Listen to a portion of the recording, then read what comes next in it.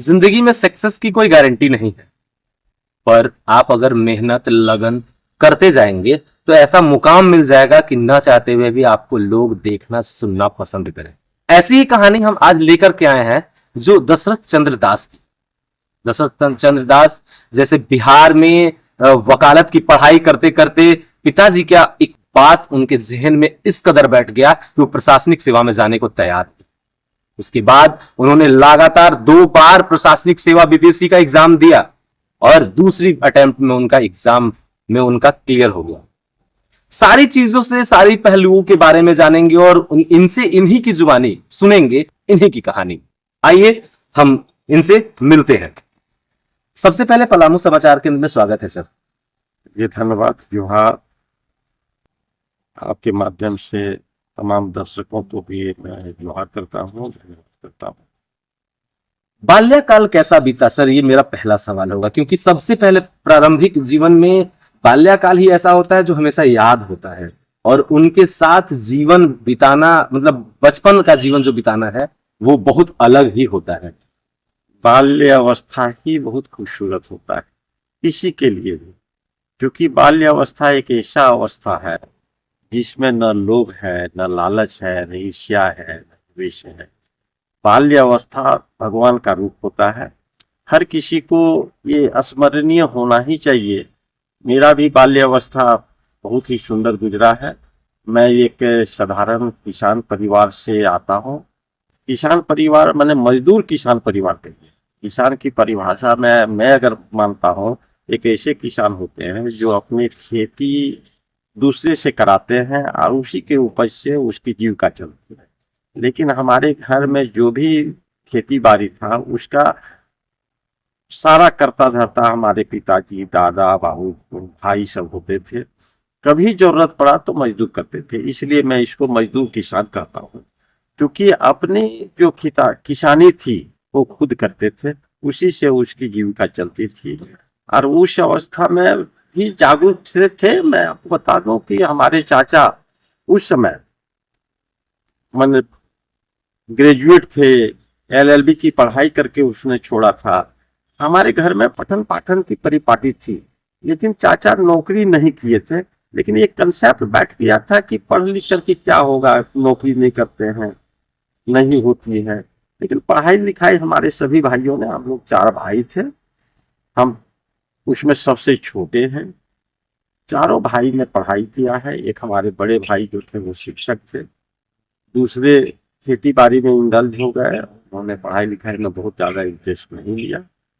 तीसरे भाई जो हैं वो रेल आरपीएफ में चले गए और चौथे भाई मैं जो हूँ आपके समक्ष हूँ, जेपीएससी की परीक्षा हुई, बीपीएससी की परीक्षा पास की, अंचल अधिकारी से नौकरी शुरुआत करके आज कमिश्नर के पद पर पदासीन हूँ। गांव का याद आता है कि गांव की वो मिट्टी, गांव की वो लोग, कहाँ जात बड़ा भैया, कहाँ ये वाला टोन मिलता है, लोग पैर छूते हैं, आप भी अपने बड़े का उस तरह का सम्मान देते हैं। मैं आपको बता दूं कि मिट्टी की जो घर की, गांव की जो मिट्टी की सुगंध है वो कभी भुलाया नहीं जा सकता। बरबस अगर कभी याद आती है तो गांव की ही याद आती है। गांव का वो दिन, दुर्गा पूजा के दिन में, दशमी के दिन परिपाटी हम लोग का होता है कि दशमी पूजा। हमारा गांव जो है वो शहर से मुश्किल से 3 किलोमीटर की दूरी। मधुपुर से कितना दूर पे है? मधुपुर से 3 किलोमीटर की दूरी पर मेरा घर है, गाँव है। और वहां से दुर्गा पूजा में हम लोग दशमी देखने जाते थे। और दशमी देख करके जब आते थे तो गांव के तमाम बुजुर्ग को पांव छू करके पढ़ा। ये संस्कार हम लोग का शुरू से था। आज भी इस अवस्था में भी अगर जाते हैं और अपने से जितने बुजुर्ग हैं उनको पांव छू करके प्रणाम करते हैं, तो वैसे मिट्टी को, वैसे सुगंध को कैसे भूल सकते हैं। शिक्षा दीक्षा कहाँ से हुई सर? प्रारंभिक शिक्षा मान लीजिए गांव का ही, वैसे तो प्रारंभिक शिक्षक माँ को बोला जाता है, लेकिन प्रारंभिक शिक्षा कहाँ से मिली आपको? प्रारंभिक शिक्षा तो मेरे गांव में उस समय जो प्रारंभिक जो विद्यालय होता है वो मेरे गांव में नहीं था। गांव से 1.5 किलोमीटर की दूरी पर महुआ डाबर करके एक गांव है, प्राथमिक विद्यालय था। वहीं से मैंने प्रारंभिक शिक्षा प्रारंभ की। 5 क्लास तक की पढ़ाई वहां से हुई। उसके बाद मधुपुर हाई स्कूल जो था, MLG हाई स्कूल, उसमें मेरा नामांकन हुआ। वहाँ 6 क्लास से लेकर के 10 क्लास तक की पढ़ाई हुई। 10 क्लास की पढ़ाई होने के बाद पटना यूनिवर्सिटी चले गए। उस समय +2 का कंसेप्ट नहीं था, इंटरमीडिएट भी वहीं से मैंने की, फिर ग्रेजुएशन भी पटना यूनिवर्सिटी से किया, MA भी पटना यूनिवर्सिटी से ही किया, LLB भी पटना यूनिवर्सिटी से ही मैंने। और उसी क्रम में मेरी तैयारी जारी था कम्पिटिटिव एग्जामिनेशन के लिए। उसी में मेरा APP की एग्जामिनेशन क्लियर हो गया। सर एक सवाल छूट रहा है, वो निजी सवाल हो सकता है, क्योंकि जो जिस कड़ी से जुड़ रहे हैं, जिस बचपन से लेकर के हम पढ़ाई का जो दौर होता है, बच्चे आजकल भटक सा जाते हैं और दो राह पे चले जाते हैं, या तो नशा में चले जाएंगे और नहीं तो उन्हें प्रेमिका की लत लग जाती है। तो क्या आपके जीवन में भी महिला मित्र का महत्वपूर्ण योगदान रहा या रही थी? मैं ये बहुत मजेदार सवाल है, और बच्चों के लिए भी और सुनने वालों के लिए। मैं आपको एक चीज बता दूं, जब आप 10 पास करते हैं और जब 12 में जाते हैं, आज के कंसेप्ट, ये दौर जो है वो तकरीबन 16 से 18 का उम्र का होता है। इसी दौर में आदमी प्रेम भी करते हैं, इसी दौर में आदमी करियर भी बनाते हैं। जो दो रास्ता चुनना होगा, तो आप प्रेम करने के लिए निकल जाओ या करियर बनाने के लिए निकल जाओ। अगर आप करियर बनाने जाते हैं तो निश्चित रूप से आपको प्रेम में कुछ न कुछ आपको बाधा डालना पड़ेगा, आपको डिटरमिन होना पड़ेगा। और जो अगर आप ये नहीं कर पाएंगे तो आपका करियर चुना। तो स्वाभाविक है कि मैंने करियर चुना, इसीलिए मैं बहुत ज्यादा प्रेम में, आंख से प्रेम मैंने किया है, लेकिन कोई किसी व्यक्ति किसी को देखने, क्योंकि कॉलेज में आप पढ़िएगा, वो एजुकेशन था वहाँ, आपको कॉलेज में लड़की भी पढ़ती थी, लड़के भी पढ़ते थे, तो आंख से देख लिया, किसी से बात तक नहीं कर पाते थे लड़कियों से। लेकिन मैंने करियर को चुना, अल्टीमेटली मैं आपके सामने उपस्थित हूँ। इसीलिए मैं हर किसी को मैं कहता हूँ, खास करके आज के युवा बच्चों को भी मैं कहता हूँ कि आप आज के दुनिया जो है और हम लोग की जो उस समय की दुनिया जो थी, दोनों बहुत अंतर है। आज नेट की दुनिया है, नेट जो है एक सागर है। आप अगर शिक्षा के क्षेत्र में जाएंगे तो सागर आपको मिलेगा, अगर गलत दुनिया में आप जाएंगे तो उसमें भी सागर मिलेगा। जिस दलदल में आप अगर हिल जाएंगे तो फिर निकल नहीं सकेंगे। इसलिए अगर करियर बनाना है तो उस अवस्था में थोड़ा सा संयमित रहें, ताकि आप करियर। बिहार झारखंड के मधुपुर से निकल के देवघर की गलियों में घूमा करने वाला वो शख्स बिहार के प्रशासनिक सेवा में चला गया, फिर झारखंड में उन्हें बुलाया जाता है। 2010 में IAS का तमगा लगता है, उसके बाद फिर आयुक्त, DDC, सब जगह अलग अलग प्रशासनिक अलग अलग अनुभव। कैसा रहा झारखंड और बिहार का दोनों अलग अलग अनुभव? देखिए, दोनों जगह का काम करने का अलग अलग है। स्वाभाविक है, कहा ही जाता है कि 10 कोस पर भाषा पानी बदलती है, स्वभाव बदलता है, पानी बदलता है। तो वहाँ का काम करने का अंदाज, यहाँ का काम करने का अंदाज अलग है। आदमी का व्यवहार भी अलग अलग होते हैं, लेकिन कुल मिलाकर के आप पर निर्भर करता है कि देखिए, एक चीज तो है, आप ईमानदारी पूर्वक काम करेंगे और व्यक्ति से रिलेशन रखेंगे तो कोई भी व्यक्ति नहीं है कि बहुत ज्यादा रूड होते हैं। 2-4% छोड़ दीजिए, बाकी आपको काम करने में कहीं कोई दिक्कत नहीं हुआ आज तक। बहुत स्मूथली मैंने काम किया। जितने भी हमारे नीडी आदमी आए, उनके काम को, उनकी समस्या को सुना, उसका समाधान मैंने देने का प्रयास किया, समाधान दिया। और मैं आपको बता दूं, मेरी फर्स्ट पोस्टिंग से लेकर के आज तक जितनी भी पोस्टिंग मेरी हुई है, लगभग अमूमन सभी पोस्टों पे आप रह चुके हैं, जो CEO से लेकर के और आयुक्त तक का सफर जो है वो बहुत मतलब रोमांचक रहा है। अमूमन सभी पोस्टों पर रहा। और मैं यही बात बता रहा था आपको कि जितने भी जगहों में मैंने नौकरी की है और जितने पोस्ट पर मैं रहा हूँ, वहां के आदमी आज भी याद करते हैं। इसी से आप अंदाज लगा सकते हैं कि अगर आप सही तरीके से काम करेंगे, आत्मीय संबंध रखेंगे, तो आपको याद। धनबाद में भव्यतम से तौर पे विदाई हुई थी DDC के 1.5 साल के कैरियर में, वहां पे कैसा वहां का अनुभव रहा होगा आपका? निश्चित रूप से आज भी सबको याद करते हैं। आज कल भी मेरी बातचीत हुई है, कल ही वहाँ नए DDC गए हैं, नए DDC जाने के कारण सभी वहाँ के स्टाफ सब बात किए हैं। इसलिए इस तरह से करते ही हैं। आपको बता रहे हैं ना कि हर जगह जहाँ भी है, हर जगह के आदमी आज भी याद करते हैं, बात करते हैं। अच्छा लगता है, मुझे भी बात करने में अच्छा लगता है। शादी कब हुई सर आपकी? 1985 में मेरी शादी हुई है। ग्रेजुएशन करने के बाद मैंने शादी कर ली। मतलब जॉब से पहले शादी? हाँ, निश्चित रूप से शादी हो गई। वही उस समय का परिपाटी ही था गांव घर में जो होता है। बड़ा कम उम्र में इसका मतलब शादी हुआ कि जबरा विवाह की तरह बिहार में जैसे होता है? नहीं नहीं, ये सब जवरा वगैरह तो देवघर वगैरह में, झारखंड में तो नहीं चलता। देवघर का आप कल्चर तो जान ही रहे हैं। क्योंकि घर परिवार का ये होता है कि ग्रेजुएशन हो गया, एमए में एडमिशन हो गया है, अब शादी होनी चाहिए। जिस समय मैं शादी कर रहा था उस समय यूं कहिए कि इतनी उम्र वाले कोई कुमारी नहीं रहते थे, इसलिए कहा गया तो फिर शादी कर ली।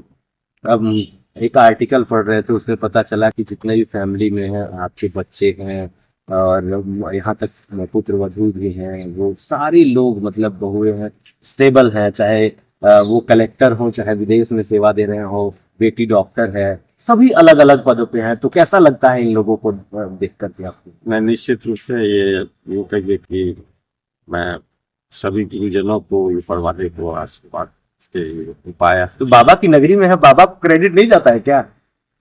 गुरुजन में एक कहावत है ना कि गुरु गोविंद दोनों खड़े, खाको लागो पांव, गुरु हमारे बलहारी गोविंद जी होता है। उसी तरह वो तो हमारे गोविंद हैं, उनका तो आशीर्वाद तो रहते ही है, उनके तो घर में ही है। तो बस यही जो ईश्वर की कृपा है, ईश्वर में सब आ जाते हैं। ईश्वर की कृपा है और बड़े गुरुजनों की कृपा है। ये तो ख्याति मिली है। हमारे 3 बच्चे हैं। बड़े जो हैं डिप्टी कलेक्टर हैं, छोटे जो हैं भारतीय विदेश सेवा में है, अभी अर्जेंटीना में पोस्टेड है, और बेटी जो है डॉक्टर है, बेटा में पोस्टेड है। मैंने बड़े वाली की शादी भी कर दी है, जो है डिस्ट्रिक्ट एजुकेशन तब आदमी डिप्टी कलेक्टर है। चलिए आशीर्वाद से सब सेटल है। इसलिए अब सेवानिवृत्ति भी होती है हमारी, तो कोई किसी तरह का टेंशन नहीं है, कसक नहीं रहेगा। कोई कसक ही नहीं है। सर कोई ऐसा चीज जो छूट गया हो कि हाँ ये चीज करके जाते कुछ और रहते दिन, तो एक चीज ये छूट गई हो आपसे प्रशासनिक सेवा के दौरान? देखिए, प्रशासनिक सेवा जो है ना, एक सेवा है। आदमी को सेवा करते हैं, सेवा में रह करके तो निश्चित रूप से ज्यादा सेवा कर सकते हैं, क्योंकि आपके हाथ में कानून है, आपके हाथ में अधिकार है, आप कुछ कर सकते हैं। लेकिन ऐसा नहीं है, सेवानिवृत्ति के बाद भी आप सेवा कर सकते हैं। मैं आपको बता दूं कि देवघर मैंने एक लाइब्रेरी बनी हुई है, डॉक्टर अंबेडकर के नाम पर एक लाइब्रेरी, जहां हमारे 5000 बच्चे पढ़ते हैं, और उसका मैं उपाध्यक्ष हूँ। हम ही लोगों ने स्टार्ट किया है। दिन रात लाइब्रेरी चलती है। आप 12 बजे रात भी जाएंगे तो उसमें भी हमारे बच्चे पढ़ते हुए मिलेंगे। आप सुबह 4 बजे भोर भी जाएंगे, उसमें भी बच्चे पढ़ते हुए मिलेंगे। इसलिए सेवा करने की जहां तक बात है, सेवा तो किसी रूप में आप कर सकते हैं जनता को। ज्ञान दान से बढ़ करके कोई होता है क्या कुछ? रिटायरमेंट के बाद आदमी जा करके अगर बच्चों के बीच में पढ़े, और किसी 10 बच्चे का अगर करियर आप सफल कर देते हैं, उसका करियर बना देते हैं, इससे बढ़कर के और सेवा क्या हो सकता है? इसलिए कोई कसक नहीं है। आने वाले दिन में भी सेवा करते रहेंगे, जिस तरह से अभी सेवा करते थे उसी तरह से आगे भी सेवा करेंगे। यही हमारा उद्देश्य। मतलब रिटायरमेंट के बाद का जर्नी जो कुछ चेंज होने वाला नहीं है, जैसे सेवा दे रहे हैं वैसा? निश्चित रूप से कहना कि जब तक आदमी का शरीर में शक्ति है, जब तक बुद्धि है, तब तक तो आदमी तो सेवा कर ही सकता है। और आपको कह रहे हैं कि एक स्तर होता है, जब उस स्तर से आप ऊपर चल जाइएगा तो उसके बाद सेवा नहीं कीजिएगा तो क्या कीजिए? अब पेंशन ही जो मिल रहा है, पेंशन से मैं बहुत अच्छी तरह से सेवा कर सकता हूँ, क्योंकि पेंशन पर हमारे बच्चे लड़ने नहीं जा रहे हैं, वो लोग खुद इंडिपेंडेंट है। तो उस पैसा को मैं सदुपयोग करूंगा। जो नीडी बच्चे हैं उसके बीच में मैं जाऊंगा, उसको मैं कुछ सहयोग करूंगा। ये करने से मुझे बहुत सुख मिलेगा। जो पढ़ने वाले बच्चे हैं उनके लिए कुछ टिप्स हो आपके लिए कि ऐसे करने से ये होगा और ये तैयारी करिए, आपका रुझान इस तरफ होना चाहिए? आपका प्रश्न जो है, पढ़ने वाले बच्चे तो पढ़ेंगे ही। पढ़ने वाले बच्चे आज के समय में, मैं बता रहा हूं कि हम लोग जिस समय पढ़ते थे उस समय पढ़ाई के समय में बहुत कष्ट था। मटेरियल नहीं मिलते थे, ट्यूशन नहीं था, बताने वाले नहीं थे, स्वयं को ढूंढना पड़ता था। और आज के समय में वो ढूंढने का जरूरत नहीं, विद्यालय कॉलेज खुद चल करके आपके दरवाजे पर है। नेट को खोलिए, आपको मिलेगा। दिव्यकीर्ति जी जैसा शिक्षक आपके दरवाजे पर उपलब्ध है, वो आपको बता रहे हैं, आप सुन रहे हैं। तो बच्चे अगर चाहे तो पढ़ सकते हैं, और नहीं चाहेंगे तो नहीं पढ़ सकते हैं। इसलिए बच्चे को तो मैं कहता हूं कि आप कैरियर को बनाने के लिए आपके पास बहुत साधन उपलब्ध है, सुविधा उपलब्ध है। आप उसका सहयोग लीजिए और आप पढ़िए। आप पढ़ेंगे, आप जानेंगे, तभी आप आगे बढ़ेंगे। जो पढ़ा है वो बढ़ा।